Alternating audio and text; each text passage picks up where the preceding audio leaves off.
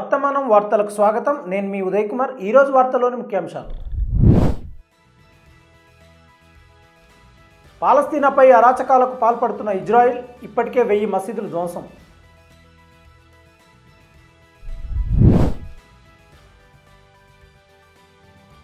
బీహార్లో విద్యార్థుల సమ్మెకు మద్దతుగా ఆమరణ దీక్షకు దిగిన ప్రశాంత్ కిషోర్ అరెస్టు చేసిన పోలీసులు.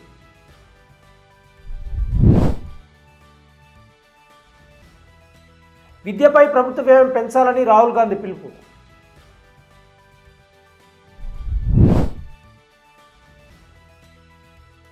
ఢిల్లీ విమానాశ్రయంలో 20 కోట్ల విలువైన డ్రగ్స్ పట్టివేత, 2 అరెస్ట్.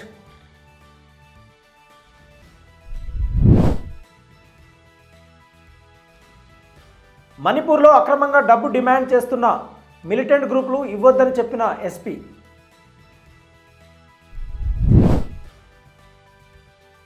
హైదరాబాద్ సిటీ ఇన్నోవేటివ్లో భాగంగా మౌలిక సదుపాయాలకు 7,000 కోట్లు కేటాయించిన రాష్ట్ర ప్రభుత్వం.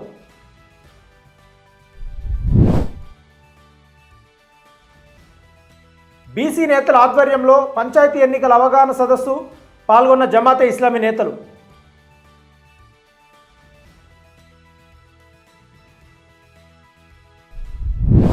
పాలస్తీనాపై ఇజ్రాయెల్ అరాచకాలకు అంతు లేకుండా పోతుంది. ఇప్పటికే గాజాలో ఎన్నో ఘోరాలకు పాల్పడింది. అక్కడి స్థానికులకు నరకం చూపిస్తూ పైశాచిక ఆనందం పొందుతుంది.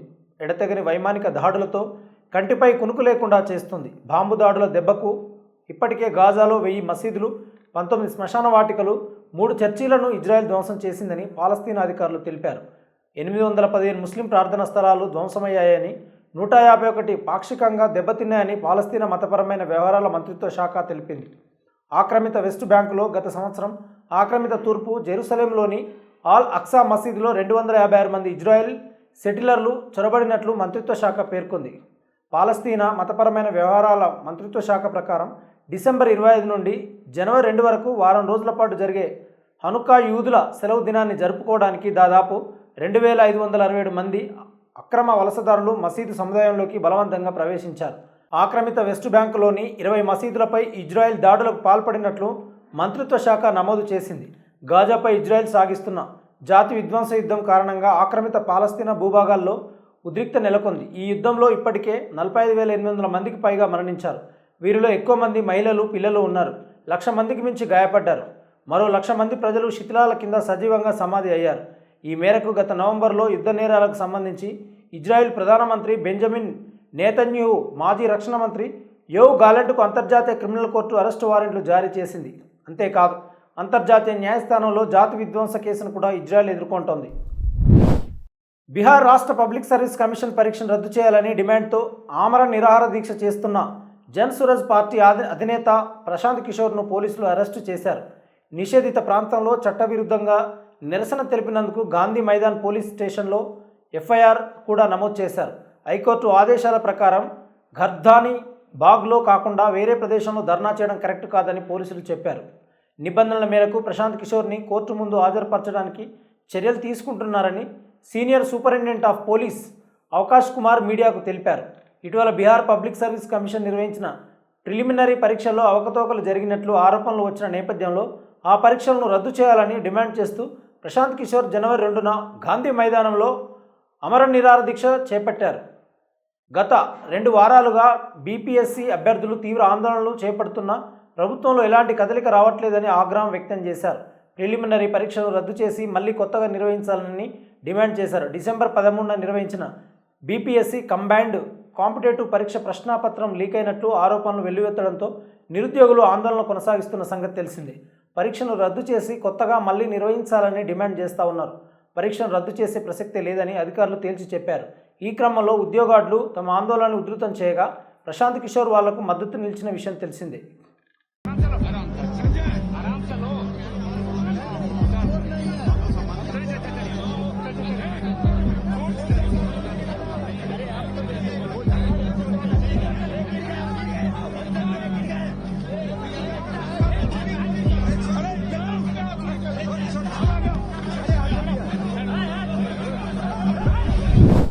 విద్యపై ప్రభుత్వ వ్యయాన్ని పెంచాల్సిన అవసరాన్ని కాంగ్రెస్ సీనియర్ నేత, లోక్సభలో ప్రతిపక్ష నేత రాహుల్ గాంధీ నొక్కి చెప్పారు.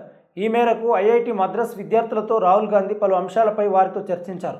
అనంతరం ఎక్స్ వేదికగా ఓ వీడియోను రిలీజ్ చేశారు. ప్రజలకు నాణ్యమైన విద్య అందించడం ఏ ప్రభుత్వానికైనా ప్రధానమైన బాధ్యత అని తెలిపారు. ప్రైవేటీకరణ, ఆర్థిక ప్రోత్సాహకాలతో ఈ లక్ష్యాన్ని సాధించలేమన్నారు. దేశ విద్యా వ్యవస్థ మన పిల్లల ఊహాశక్తిని అభివృద్ధి చెందడానికి అనుమతించదు. దీని పరిధి చాలా పరిమితం. దీనికోసం విద్యా వ్యవస్థ బలోపేతానికి ఎక్కువ నిధులు కేటాయించాలన్నారు. ప్రస్తుత విద్యా విధానం యువతను డాక్టర్, ఇంజనీర్, ఐఏఎస్, ఐపీఎస్ సాయుధ బలగాలకే పరిమితం చేస్తుందని గుర్తు చేశారు. వీలైనంత త్వరగా ఎడ్యుకేషన్ పాలసీపై సంస్కరణలు తీసుకురావాలని స్పష్టం చేశారు.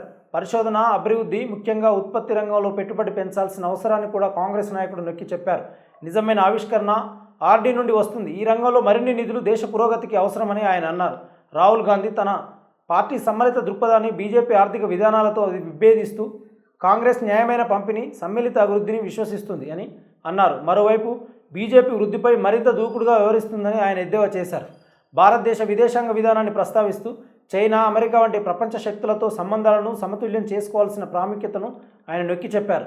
భారతదేశం తెలివిగా వ్యవహరించి ఈ సూపర్ పవర్లతో తన సంబంధాలను సమతుల్యం చేసుకోవాలని రాహుల్ గాంధీ సలహా ఇచ్చారు. ఢిల్లీ విమానాశ్రయ అధికారులు తనిఖీల్లో భాగంగా భారీగా డ్రగ్స్ను స్వాధీనం చేసుకున్నారు.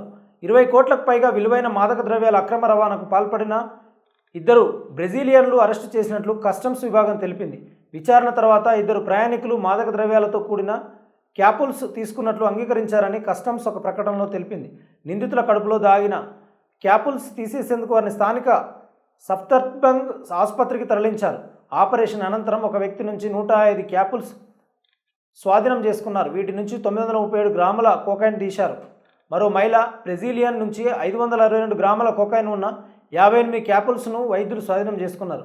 స్వాధీనం చేసుకున్న మొత్తం 1399 గ్రాముల మాదక ద్రవ్యాల మార్కెట్ విలువ సుమారు 20,98,00,000 ఉంటుందని కస్టమ్స్ అధికారులు పేర్కొన్నారు. ఈ మేరకు డిసెంబర్ 24న సావో పాలో నుండి ప్యారిస్ మీదుగా ఢిల్లీకి వచ్చిన నిందితుల్లో మహిళతో పాటు మరో ప్రయాణికుడిపై కేసు నమోదు చేసి అరెస్టు చేసినట్లు ఎన్డీపీఎస్ అధికారులు తెలిపారు. మణిపూర్లో వైపు జాతుల మధ్య సంఘర్షణ ఇంకా చల్లారాలనే లేదు. ఇంకోవైపు ఆ రాష్ట్రంలోని కొన్ని చట్టవిరుద్ధమైన గ్రూపులు కాంగ్పోక్పి జిల్లా పోలీసుల నుండి డబ్బు డిమాండ్ చేస్తున్నాయని విశ్వసనీయ సమాచారం అందింది. దీంతో పోలీసు ఉన్నతాధికారులు అటువంటి గ్రూపులకు డబ్బు ఇవ్వవద్దని తమ సిబ్బందికి సూచించారు. అలాంటి సాయుధ గ్రూపులకు డబ్బు చెల్లిస్తున్నట్లు దొరికిన ఏ పోలీస్ సిబ్బంది అయినా క్రమశిక్షణా చర్యను ఎదుర్కొంటారని కాంగ్పోక్పి జిల్లా పోలీస్ సూపరింటెండెంట్ మనోజ్ ప్రభాకర్ ఈ సందర్భంగా తమ సిబ్బందిని హెచ్చరించారు. జిల్లాలోని పోలీస్ స్టేషన్లో అవుట్పోస్టుల ఇన్ఛార్జిగా ఉన్న అధికారులకు పంపిన సందేశంలో ఎస్పీ మేరకు ఆదేశించారు. పోలీసు సిబ్బంది ముఖ్యంగా కాంగ్పోక్పిలో తమ కుటుంబాలతో నివసించే జూనియర్ ర్యాంక్ అధికారులు చట్టవిరుద్ధమైన గ్రూపుల నుండి డబ్బు డిమాండ్ గురయ్యే అవకాశం ఉందని పోలీసు వర్గాలు తెలిపాయి. ఈ మేరకు కాంగ్పోక్పి జిల్లాలోని పోలీసు సిబ్బందిని చట్టవిరుద్ధమైన గ్రూపులు దోపిడీ ప్రయత్నాల నుండి జాగ్రత్తగా ఉండాలని జిల్లా ఎస్పీ సూచించారు. ఈ విషయంలో ముందస్తు అనుమతి లేకుండా మిలిటెంట్ల సమావేశానికి హాజరు కావద్దని అన్ని స్థాయిల అధికారులు సిబ్బందికి ఆదేశించారు. ముందస్తు అనుమతి లేకుండా సమావేశానికి హాజరై ఎవరైనా క్రమశిక్షణ చర్యలను ఎదుర్కొంటారని ఎస్పీ సందేశంలో తెలిపారు. ముఖ్యంగా ఇంఫాల్ నగరం, చురాచంద్పూర్, కాంగ్పోక్పి వంటి పట్టణ ప్రాంతాలలో సాయుధ వ్యక్తుల సమూహాల నుండి అనేక దోపిడీ బెదిరింపులు వస్తున్నాయని, ఈ సమూహాలు మణిపూర్ సంక్షోభాన్ని సద్వినియోగం చేసుకుంటున్నాయని పోలీసు వర్గాలు తెలిపాయి. కాగా తాజాగా మణిపూర్లో మరోసారి హింస చెలరేగింది. కాంగ్పోక్పిలో ఎస్పీ కార్యాలయంపై కూకి ఆందోళనకారులు దాడి చేశారు. ఈ ఘటనలో ఎస్పీ సహా పలువురు పోలీసు సిబ్బంది గాయాలయ్యాయి. దీంతో అక్కడ మరోసారి ఉద్రిక్త పరిస్థితులు నెలకొన్నాయి. ఇంఫాల్ ఈస్ట్ జిల్లాలోని అక్రమ బంకర్లను కూల్చివేసేందుకు భద్రతా దళాలు ఇటీవల భారీ ఆపరేషన్ చేపట్టాయి. వీటిని వ్యతిరేకిస్తూ స్థానికంగా పలు గ్రామాల్లో ఆందోళనలు తలెత్తాయి. Hyderabad city innovative and transformative infrastructure ఈ కార్యక్రమంలో భాగంగా హైదరాబాద్ దాని శివారు మున్సిపాలిటీలలో ట్రాఫిక్ను సులభతరం చేయడానికి ఫ్లైఓవర్లు, అండర్ పాస్లు, రోడ్ ఓవర్ బ్రిడ్జిల నిర్మాణంతో సహా 38 పనులకు రాష్ట్ర ప్రభుత్వం 7,032 కోట్లు మంజూరు చేసింది. గత బీఆర్ఎస్ ప్రభుత్వం ప్రారంభించిన వ్యూహాత్మక రోడ్ డెవలప్మెంట్ ప్రోగ్రాం ఎస్ఆర్డీపీలో భాగంగా అనేక ఫ్లైఓవర్లను, రోడ్డు మౌలిక సదుపాయాల ప్రాజెక్టులను ఎక్కువగా greater Hyderabad municipal corporation GHMC పరిధిలో చేపట్టారు. ఎస్ఆర్డీపీ కింద మొదలుపెట్టిన 42 పనులలో ఇప్పటికే 36 ప్రాజెక్టులు పూర్తయ్యాయి. వాటిలో నెహ్రూ జూలాజికల్ పార్క్ నుండి ఆరంఘర్ వరకు నిర్మించిన 4 కిలోమీటర్ల పొడవైన ఫ్లైఓవర్ ఒకటి. ఇది పీవీఎన్ఆర్ ఎక్స్ప్రెస్ వే తర్వాత పొడవైన ఫ్లైఓవర్గా ప్రసిద్ధి చెందింది. ఆరంఘర్ ఫ్లైఓవర్ను నేడు సీఎం రేవంత్ రెడ్డి ప్రారంభించారు. ఈ ఫ్లైఓవర్ను 736 కోట్లతో నిర్మించారు. మొత్తం 22 ఫ్లైఓవర్లు, 5 అండర్ పాస్లు, 6 ఆర్ఓబీలు ఇప్పటికే పూర్తయ్యాయి. 3 ఇతర పనులతో పాటు ఎస్ఆర్డీపీ కింద ప్రారంభించిన 23వ ఫ్లైఓవర్ ఇది. గతంలో ఈ మార్గంలో ట్రాఫిక్ రద్దీ ఎక్కువగా ఉండడంతో జూ పార్క్ నుంచి ఆరంగార్ వెళ్లేందుకు గంట నుంచి గంటన్నర పట్టేది. ఇప్పుడు ఫ్లైఓవర్ అందుబాటులోకి రావడంతో 20 నిమిషాల్లోనే ఆరంగార్ చేరుకోవచ్చు. మహాత్మా గాంధీ బస్ స్టేషన్ నుండి కర్నూలు వైపుగా రాకపోకలు సాగించే ఆర్టీసీ బస్సులతో పాటు ప్రైవేట్ బస్సులు ఇతర వాహనాలకు సౌలభ్యం ఏర్పడనుంది. అయితే ఈ ఫ్లైఓవర్కు సంబంధించిన మిగిలిన పనులు ఇరువైపులా ర్యాంపులు, సర్వీస్ రోడ్డు వచ్చే మార్చి 2025 నాటికి పూర్తి చేసేందుకు అన్ని చర్యలు తీసుకున్నారు. 2021లోనే ఈ ఫ్లైఓవర్కు శంకుస్థాపన చేయగా నిధుల కొరత, సర్వీస్ రోడ్డు భూసేకరణ ఆలస్యం కావడంతో 3 ఏళ్లు గడిచింది. ఈలోగా ప్రభుత్వం మారడంతో ఈ ఫ్లైఓవర్పై దృష్టి సారించిన రేవంత్ రెడ్డి సర్కార్ నిధులు మంజూరు చేసి ఫ్లైఓవర్ను పూర్తి చేయించింది. రానున్న పంచాయతీ ఎన్నికల్లో బీసీ సంఘం పాత్ర అనే అంశంపై పట్టభద్రుల ఎమ్మెల్సీ తీన్మార్ మల్లన్న ఆధ్వర్యంలో బీసీ మేధావుల ఫోరం ఆధ్వర్యంలో తెలంగాణలోని పలు జిల్లాల బీసీ నాయకులతో సమావేశం నిర్వహించారు.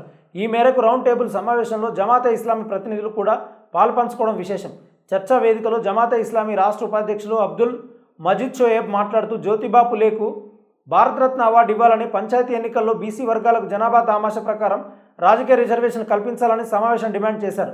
జ్యోతిబా పులే స్కూల్ నడిపేందుకు అక్కడి అగ్రవర్ణాల ప్రజలు ఇంటిని అద్దెకు ఇవ్వడానికి నిరాకరిస్తే షేక్ ఉస్మాన్ అనే ముస్లిం వ్యక్తి అతనికి మద్దతు నిలిచి స్కూల్ నడిపేందుకు తన ఇంటిని ఇచ్చారని ఆయన గుర్తు చేశారు. సావిత్రిబాయి పులేకు ఆశ్రయం కల్పించిన ఫాతిమా షేక్ మద్దతును కూడా మరవద్దని షోయేబ్ అన్నారు. పాఠశాల స్థాపనకు ఆమె పూర్తి మద్దతునివ్వడమే కాకుండా ఫాతిమా షేక్ ఈ పాఠశాలలో ఉపాధ్యాయురాలుగా విధులు నిర్వర్తించారని ఆయన అన్నారు. మరోవైపు డాక్టర్ బిఆర్ అంబేద్కర్ను రాజ్యాంగ పరిషత్లోకి తీసుకురావడంలో ముస్లిం లీగ్ మద్దతును గుర్తు చేసుకున్న ఆయన అంబేద్కర్ను మహారాష్ట్ర శాసనసభకు రాకుండా చేసేందుకు కుట్ర చేశారని, ఆ మేరకు బొంబాయిలో జరిగిన ఎన్నికల్లో ఆయన ఓడిపోయారని, అయితే బెంగాల్లో ముస్లిం లీగ్ ఆయనకు అండగా నిలిచి ఆ రాష్ట్రం నుంచి అంబేద్కర్ గెలిపించి శాసనసభకు పంపించారని జమాతే ఇస్లామీ రాష్ట్ర ఉపాధ్యక్షులు షేబ్ అన్నారు. ఈ దేశంలోని ముస్లింలు సంఘ సంస్కరణల ప్రతి ఉద్యమానికి మద్దతునిస్తూ తమ పాత్రను పోషించారు. ఈరోజు కూడా జమాతే ఇస్లామీ ముస్లిం సమాజం తరఫున బీసీ తరగతుల డిమాండ్లకు గట్టిగా మద్దతు ఇస్తున్నాము, మీ పక్షాన నిలబడతామని అబ్దుల్ మజీద్ షోయేబ్ హామీ ఇచ్చారు. ఈ చర్చా కార్యక్రమంలో వర్తమానం న్యూస్ డైరెక్టర్ బ్రదర్ జైముద్దీన్ అహ్మద్ కూడా పాల్పంచుకున్నారు. అందరికీ నమస్కారం. మీ ఈ అవకాశం విన్న తీన్మార్ మల్లన్న గారికి చాలా థैंक्स। अभी मीटिंग के शुरू में एक हमारे पास एक रेजोल्यूशन पास किए कि ज्योतिबा फुले को भारत रत्न दिया जाए। तो मैं आपको हिस्ट्री याद दिलाना चाहता हूँ कि जब ये अग्रकुलाल వాళ్ళు పూణేలో జ్యోతిబా ఫూలే మాతా సావిత్రిబాయి ఫూలేకి ఇల్లు ఇవ్వకుండా తిరస్కరించే అప్పుడు ఇల్లు ఇచ్చింది ఉస్మాన్ షేక్ అని ఒక ముస్లిం పురుషుడు। वो घर में जब फर्स्ट स्कूल शुरू हुआ उस स्कूल का फर्स्ट टीचर फातिमा शेख। అంటే మా మహిళల పాత్ర కూడా ఉంది ఈ బీసీ ఉద్యమంలో, ఆ బీసీ చైతన్యంలో, బీసీ అవగాహనలో ఎలా జ్యోతిబా ఫులే పనిచేశారో అప్పటి నుంచి ప్రతి सोशल रिफॉर्म मूवमेंट लो మన मुस्लिम्स की अंडगा निलचाम। हम अभी भी आज भी यही बोलते हैं कि ये तीनमार मल्लाना साहब जो मूवमेंट शुरू किए हैं, जो विप्लवम, जो बीसी यूनिटी के लिए जो अभी काम कर रहे हैं, हम जमात इस्लामी की तरफ से, पूरे मुस्लिम कम्युनिटी की तरफ से हम पूरी तरह हम सपोर्ट करेंगे। ये तीन आपका टीम तीनमार मल्लाना का जो भी डिसीजन पंचायत इलेक्शन के बारे में जो कैंडिडेट्स को भी सपोर्ट करने का ऐलान करेंगे, हम पूरी तरह कंप्लीट उनके लिए सपोर्ट करेंगे। मैं यहाँ पे बहुत लंबी तकरीर करने के लिए नहीं आया, జస్ట్ ఎందుకంటే చాలా మేధలు ఉన్నారు, ఇంకా తెలంగాణ మూమెంట్లో పనిచేసిన వాళ్ళు ఉన్నారు।